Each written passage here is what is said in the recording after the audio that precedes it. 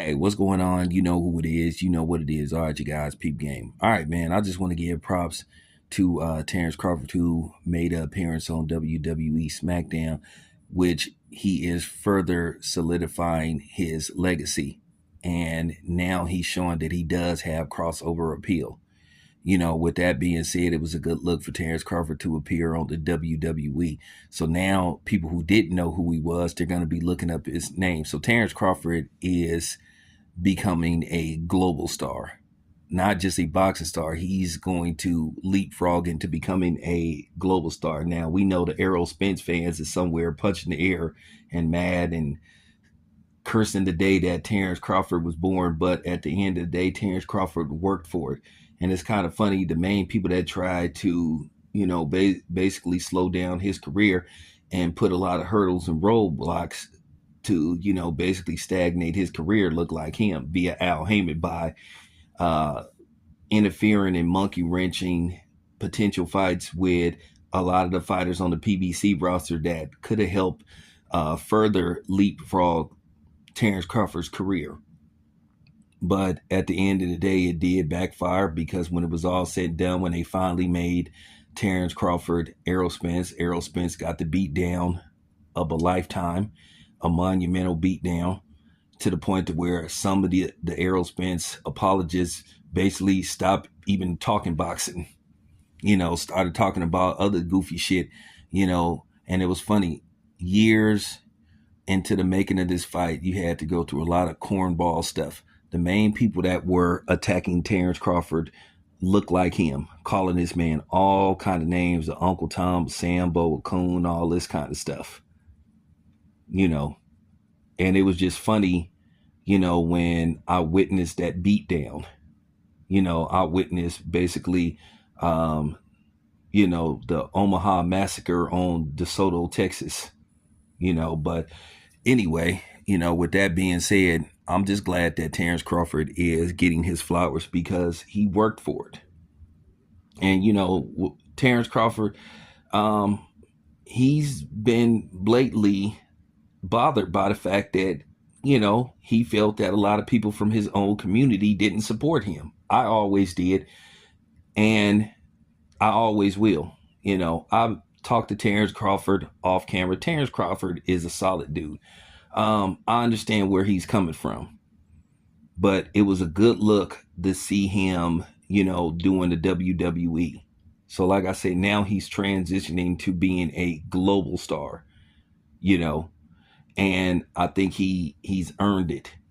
People can sit up there and question who he's fought, who he didn't fight, who he should fight. Terrence Crawford is far and beyond fighting, fights just for bragging rights. He's looking for big fights, legacy fights, that's going to solidify him as an all-time great, and basically people have to understand Terrence Crawford is approaching 37 years old. Terrence Crawford is going to be 37 September 28th, one day before my birthday. So, he's trying to become undisputed. He's trying to secure his legacy. And if Terrence Crawford can become undisputed in 3 different weight classes, Terrence Crawford is arguably the greatest that ever did it. And that's just real talk. He's in the conversation with or without a Canelo fight.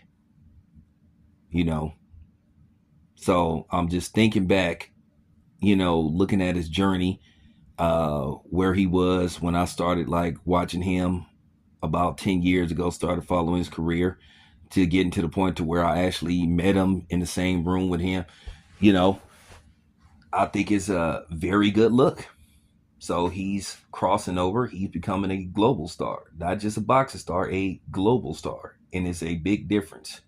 And I do think Terrence Crawford do need to start thinking post-boxing, and keep in mind, Terrence Crawford has a wrestling background anyway. So it kind of go hand in hand with him being aligned with the WWE. But nevertheless, man, shout out to Terrence Bud Crawford. He earned it. I'm glad that he's getting his flowers, even though a lot of hatred was thrown his way. A lot of people tried to monkey wrench his career, tried to downplay his accomplishments. And at the end of the day, you know, depending on what happens in a couple of weeks and then what happens afterwards, can he get, you know, all four of the belts at 154? Man, talk about an accomplishment if you become undisputed in 3 different weight classes. That's just a real talk. In the 4-belt era, yeah, that puts you in the GOAT conversation. That's just real talk. It's kind of funny how you guys will downplay who you so-called pro-black Negroes who Terrence Crawford should have fought, didn't fight, should be fighting, but y'all never applied that type of pressure to Triple G.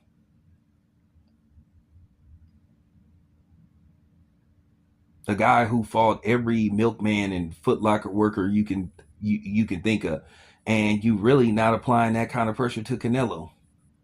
But at the end of the day, we all know why some of y'all have jumped on the Jerron Boots in his bandwagon, because you want revenge through, you know, through Boots via Errol Spence. Some of y'all ain't even real Boots fans. So Boots, be aware of that. But it is what it is. I said it. Don't take nothing back.